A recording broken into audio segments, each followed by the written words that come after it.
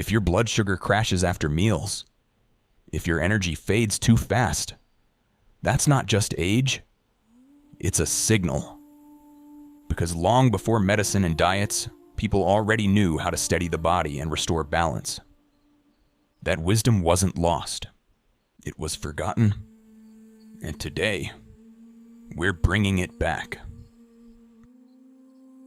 Blood sugar problems feel modern, and in many ways they are. The modern diet is faster, more processed, more constant than anything the ancient world experienced. But the symptoms of imbalance? Those are ancient. Extreme hunger, fatigue, weakness after eating, mental fog, constant thirst. Ancient physicians and healers described these patterns long before glucose monitors existed. Not with modern terminology, but with observation. They noticed that certain foods created stability, while others created cycles of exhaustion and craving. And this is where ancient systems thought differently from modern culture. They didn't think in terms of quick correction. They thought in terms of rhythm. Foods eaten consistently, meals timed intentionally, plants used repeatedly over long periods. They weren't trying to overpower the body. They were trying to support its balance. And throughout scripture and ancient Near Eastern life, certain foods appear again and again. Not as trends, as staples, as survival foods, as medicine hidden inside ordinary life. In Genesis 1:29, it says, "I have given you every seed-bearing plant for food." That verse is often read spiritually, but historically, it reflected something practical. The ancient world understood that food and physical condition were deeply connected. Not perfectly, not completely, but consistently. And many of the foods they depended on for strength and endurance are now being rediscovered through modern metabolic research. This wasn't lost knowledge. It was interrupted knowledge. They didn't remove the plants. They removed the relationship people had with them. One of the strangest recurring themes in biblical food traditions is bitterness. Bitter herbs appear repeatedly throughout ancient Israelite practice, especially during Passover meals. In Exodus 12:8, "They shall eat the meat, along with bitter herbs." Now, most people focus on the symbolic meaning. But historically, bitter plants were also deeply medicinal. Ancient healers across Egypt, Israel, Greece, and Mesopotamia consistently used bitter herbs to support digestion and metabolic function. Because bitterness stimulates processes inside the body that modern diets barely activate anymore. These herbs weren't isolated into supplements. They were consumed with meals, daily, before heavy foods, alongside proteins and grains. Plants like bitter lettuce, wild herbs, hyssop, and other sharp-tasting greens. Foods modern culture mostly abandoned. They didn't eat only for pleasure. They ate to regulate the body. Modern science now understands that bitter compounds influence digestion, insulin response, and glucose regulation. Not dramatically, not instantly, but consistently over time. And that's the pattern again. What ancient healers observed through repetition. Modern science is beginning to explain mechanistically. The modern diet removed bitterness almost completely. Everything became sweeter, softer, more stimulating, but bitterness served a purpose. They didn't remove bitter foods because they stopped working.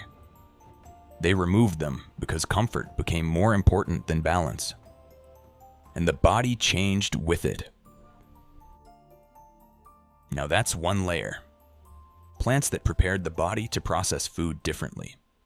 But the next one may have been even more important.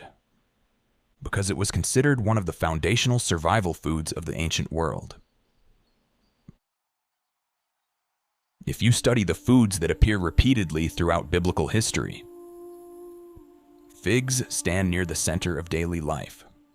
Not luxury foods, not occasional treats, foundational foods.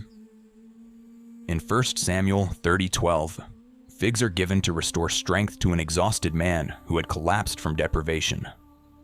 That detail matters, because figs were associated with recovery, sustained energy, and nourishment. Not spikes, not stimulation, sustained support. Figs were eaten fresh and dried, stored for travel, used during scarcity, consumed slowly, often alongside nuts, grains, or oils. This combination mattered because ancient eating patterns naturally slowed sugar absorption. They didn't isolate sweetness. They balanced it inside a larger system. That's very different from modern processed sugar. Modern research now shows figs contain fiber, minerals, and plant compounds that help moderate glucose response and support metabolic health. Again, not as a miracle, as a pattern. And patterns are what ancient systems depended on. They weren't looking for instant correction. They were building long-term stability. Figs didn't vanish, but like many ancient foods, they stopped being central. Modern diets replaced slow energy with rapid stimulation, refined sugar, ultra-processed foods, constant snacking, and the body lost the rhythm it evolved around. They didn't build diets around cravings. They built them around endurance, and figs were part of that endurance system. So now you've seen two important layers: plants that prepared the body, and foods that delivered slower, steadier energy. But there's one more biblical food ancient cultures depended on heavily. And modern science is only now beginning to understand why it mattered so much. Long before protein powders, energy drinks, and processed nutrition, lentils were one of the foundational foods of survival. Simple, dense, reliable. In Genesis 25:34, lentil stew appears so valuable during hunger that Esau trades his birthright for it. That tells you something immediately. This wasn't viewed as insignificant food. It was deeply sustaining. And throughout the ancient Near East, lentils were considered essential for endurance and strength. Not because they created fast energy, but because they created steady energy. Lentils were eaten, slowly cooked, combined with herbs, oils, and grains, consumed as part of daily life, not occasionally. And unlike modern ultra-processed carbohydrates, lentils released energy gradually. They didn't build diets around speed. They built them around resilience.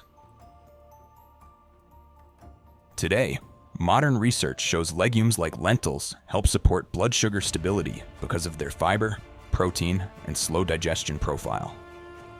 But again, the science came later. The practice came first. Ancient healers understood through observation what science is now measuring in studies.